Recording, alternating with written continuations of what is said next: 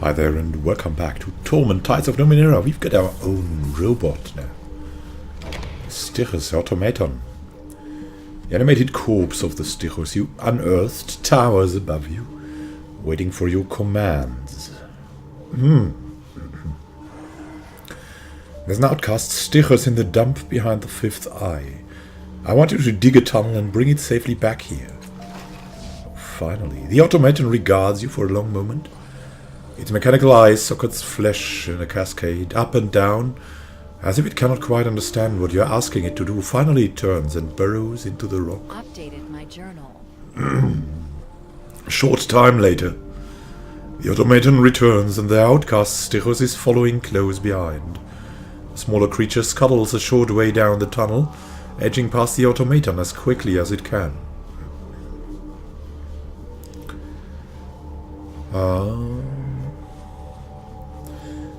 Wave your hand in the creature's eyes to see if there's any reaction. Thing's pupils blaze brighter at the passage of your hand, but that's the extent of its response. Well, examine the automaton. It isn't difficult spotting the additions that the Master Foreman's workers have made. Opalescent metal fills its wounds, and the mangled claw has been replaced with a mechanical one. Coils of rich cables spring from patch to patch before plunging into its thorax. Some of its eyes have changed as well. Faint glowing lights blink from otherwise empty sockets. I want you to dig a tunnel to take me somewhere.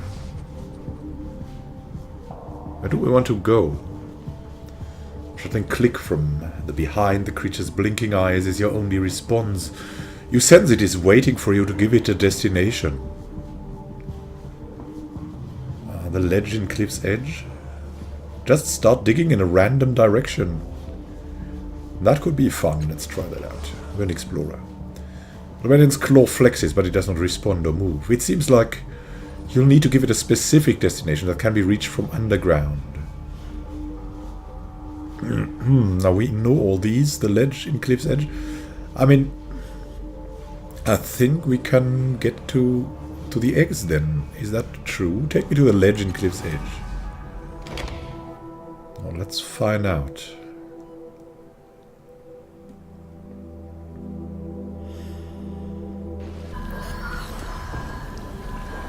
Yeah, there we go. That's what we wanted to do. Nice. Look at that. There's the children. We want to tell them too that we've saved their friend. And now that we can interact, we can loot something, we can get to these. Oh, there's a quick ice axe, a heavy melee weapon. 8 physical, 7 chemical damage, plus 1 damage per effort applied. On hit confer bleeding. That thing is crazy.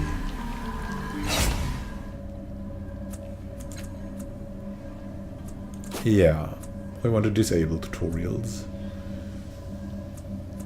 So, we've got that weapon. Oh, that's the... Is that the shared backpack? No. Yeah, alright. Give that weapon over. I think he can use that weapon.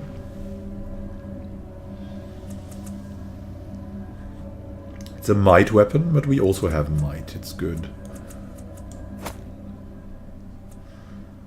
It's pretty great. Wow. Inspired level of effort. Total modifiers. I would think that is a really good addition to us. And we can interact now, so let's do that. A faint droning sound resolves in a rhythmic churning hum as you approach this strange machine. Examine the device. An ovoid opening line with a metallic wire mesh dominates the front of the device. And through it you catch the faintest glimpse of the swirling liquid. Atop the machine rests a dome of translucent material and a brilliantly lit sphere. Examine the wires. The mesh appears to prohibit direct contact with the fluid jostling around the device's interior. Curiosity must have gotten the better of someone, however, as a line has been sliced cleanly through the bottom of the mesh. The opening created by the slash appears roughly large enough to reach an arm into it. Oh, we're an explorer. Of course we'll reach through the opening. Your hand immediately plunges into an oily liquid. You swish it to and fro, but find nothing. Let's examine the dome. On closer inspection, you notice the dome contains what appears to be a human brain. But it's several times larger than a normal brain. It floats serenely within the enclosure, pulsing occasionally, but you can find no way to interact with it. Tap it. You knock lightly on the dome, which triggers a minor convulsion from the brain within. However, nothing else happens. Well, let's not torment the brain. Is that the brain of Sega's cliffs? Examine the sphere. The glowing sphere appears solidly attached to the rest of the machine. The light dims as you move your hands close to it. You spend a few moments moving your hand all around the sphere, and eventually you discover that its light seems to dim as your hand gets closer to a fixed point directly in front of it. Pass your hand in front of the sphere. The sphere's light dims, then brightens again as your hand completes the motion. From within the machine you hear the strangled sound of evacuating liquid. The constant humming sound of the machine has stopped. Does that mean the brain is now dissolving? Can we reach through the opening again? That means nothing but air. The sides of the inner tank are still slick with whatever liquid previously filled it. Tap the dome again.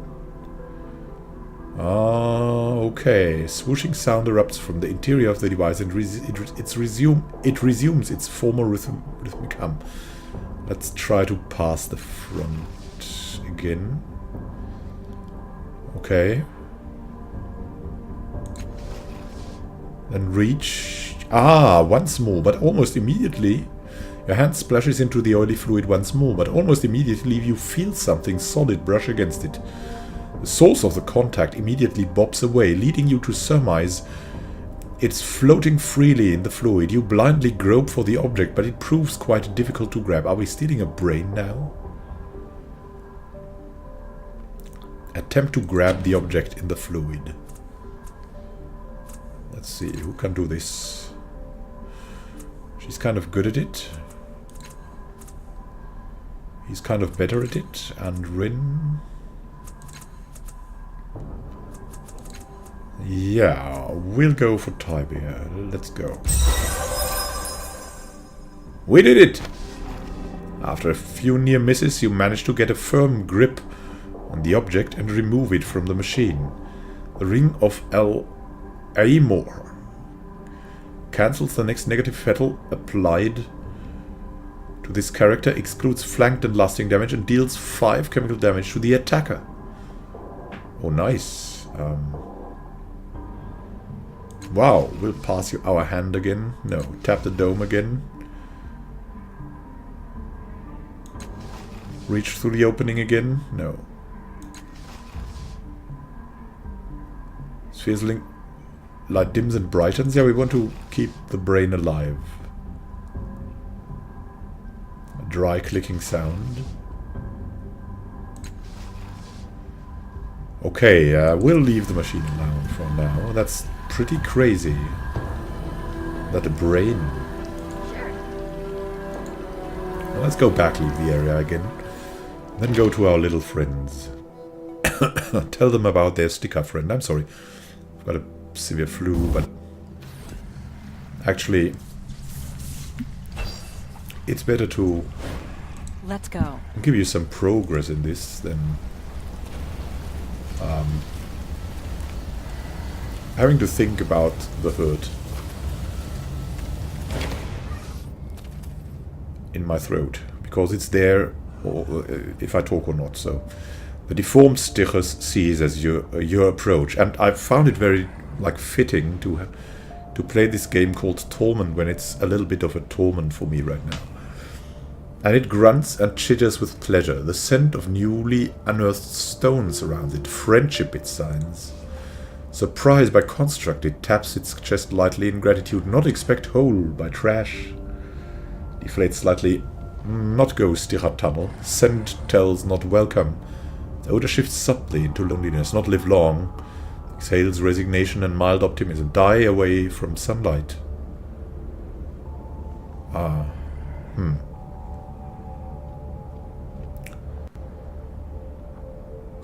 You've survived. How are you now that you have returned to your native habitat? Sticha gun. Broodmates left. Scent marks in tunnel. Tell keep away. It considers then huffs out a cloud that smells like sadness. But live for now. What are you eating down here? Beg food. Old devices. Drink lightning from them. Points to a tidy pile of Numenera that sits nearby. Looking more closely, you see they are mostly electrical power sources. Try keep clean. Is there anything down here I should know about? Not see. Try survive. Well, we'll leave him alone. Maybe we'll find some opening for him too. But we want to go to Cliff's Edge now. Let's go, all. You and me.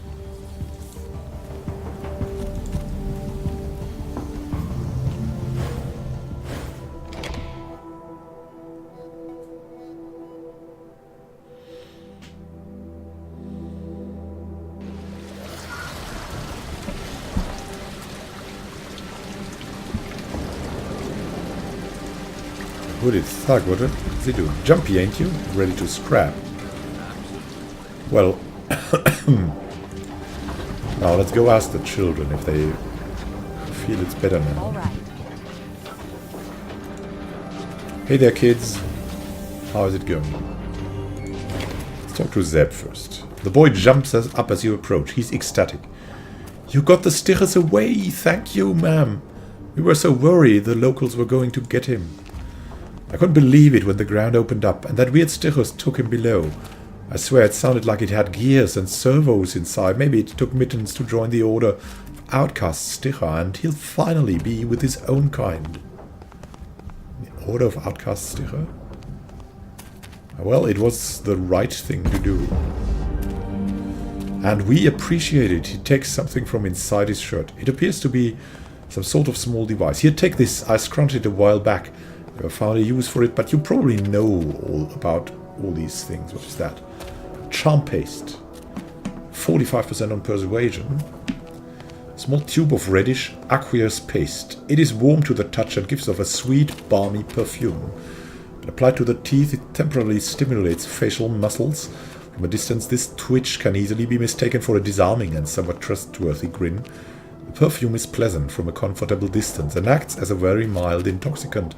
It causes the user to seem more approachable and honest than they normally would. Charm paste eventually evaporates, leaving behind a pink, chalky residue. Its effects are limited and tend not to last much longer than a first impression.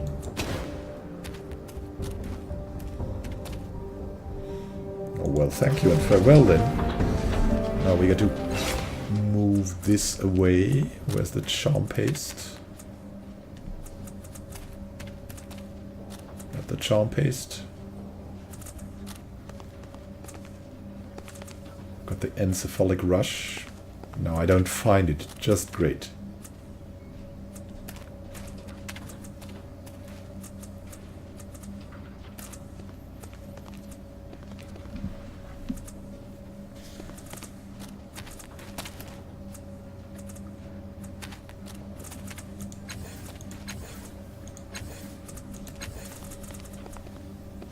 Yeah, we need to give something over.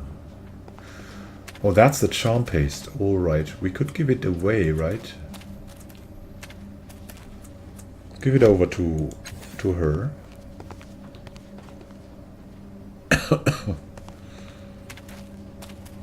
She's good, I guess. Well, let's give it over actually to Tybia. He's really good at talking, so... Now let's go to our good lord and tell him the Stichus is away. Where are we now? Lord Vontgen. Here you go. Where's the Stichus? Traitor, are you ready to tell me yet? Well, A strange half-mechanical Stichus dug a tunnel from below and helped the Stichus escape. Frowns unhappily. This is most disappointing. A half-mechanical Stichus, you say? Very strange. Who could have been behind such a thing? He sighs. Well, I thank you for trying, but sadly I cannot reward you for finding the Stichus. When it is lost, my apologies. Scan thoughts a fantastic opportunity gone such a pity. Remember that. And he's away. Who saved it? Who? We want vengeance. We wanted blood. Yeah, guys. What is this city coming to? Where's the justice in this? Oh, yeah. Calling for justice. There we go.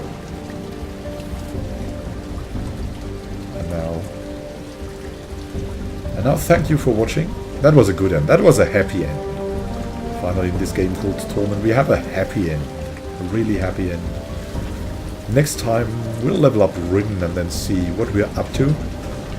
There's enough tasks that we can still fill in the journal. Well, have a good time until then, and happy gaming.